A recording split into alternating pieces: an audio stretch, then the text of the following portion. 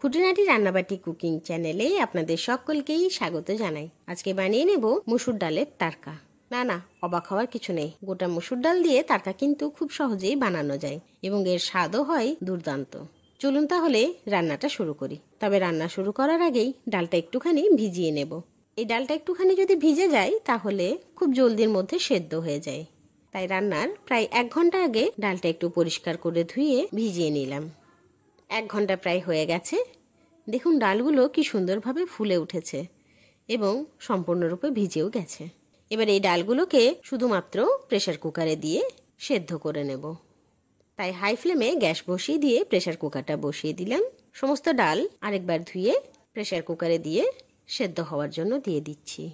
এখানে জলের পরিমাণটা খুব বেশি দিলাম না। যতটুকু পরিমাণ ডাল রয়েছে সেটা যদি একটু ডুবে থাকে সেই পরিমাণ আন্দাজ করে জলটা দিলাম।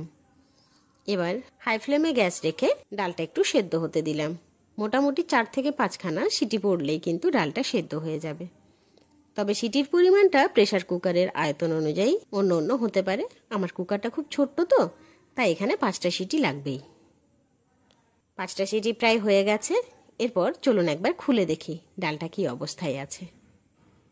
দেখুন কি সুন্দরভাবে ডালটা কিন্তু সেদ্ধ হয়ে গেছে এবং জলও কিন্তু 1 ফোঁটাও বাড়তি নেই।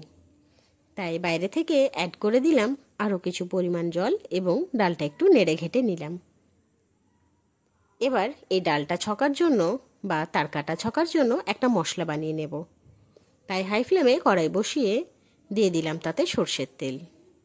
তেল প্রায় গরম হয়ে এসেছে, তাই দিয়ে দিলাম কেটে রাখা পেঁয়াজ। একটু নাড়াঘাটা করে পেঁয়াজটা কিছু পরিমাণ ভেজে নেব। পেঁয়াজ প্রায় ভাজা হয়ে এসেছে, তাই এবার দিয়ে দিলাম কেটে রাখা টমেটো, ক্যাপসিকাম এবং চেরা কাঁচা লঙ্কা। এবার সমস্ত মশলাগুলোকে একটু ভাজা ভাজা করে নেব। এই সময় গ্যাসের আঁচটা হাই ফ্লেমেই রাখলাম। একটু নাড়াঘাটা করে সমগ্র মশলাটা একটু ভাজা ভাজা করে নিলাম, যাতে টমেটোটা একটু নরম হয়ে যায় আর ক্যাপসিকামটাও যেন একটু ভাজা ভাজা হয়ে যায়। এবার সমস্ত ভাজাগুলোকে কড়াই থেকে একটুখানি সাইডে সাইডে করে নিলাম, যাতে মাঝখানে একটু তেলটা পাওয়া যায়। এর মাঝেই দিয়ে দিলাম পেঁয়াজ, রসুন, আদা এবং কাঁচা লঙ্কার পেস্ট। এবার খুন্তির সাহায্যে নাড়াতে নাড়াতে বাকি সমস্ত উপকরণের সঙ্গে মশলাটাও ভেজে নিচ্ছি। মশলা প্রায় ভাজা ভাজা হয়ে গেছে, তাই এখানে দিয়ে দিলাম স্বাদমতো লবণ এবং পরিমাণ মতো হলুদের গুঁড়ো। আবারও নাড়াচাড়া করে সমগ্র মশলাটা একটুখানি কষিয়ে নিচ্ছি।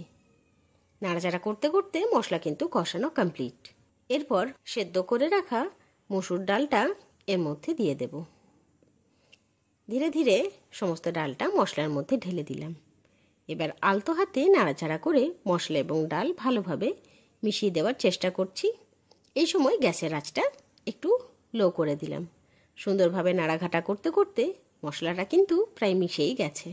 এবার শুধু দরকার একটা সুন্দর কালার এবং একটা বিশেষ স্বাদ। তাই প্রথমেই দিয়ে দিলাম কাশ্মীরি লঙ্কার গুঁড়ো। সেটা ভালোভাবে মিশিয়ে নিচ্ছি। দেখুন এখান থেকেই কিন্তু কালার বদল শুরু হয়ে গেছে। এরপর দিয়ে দিলাম তারকা মশলা।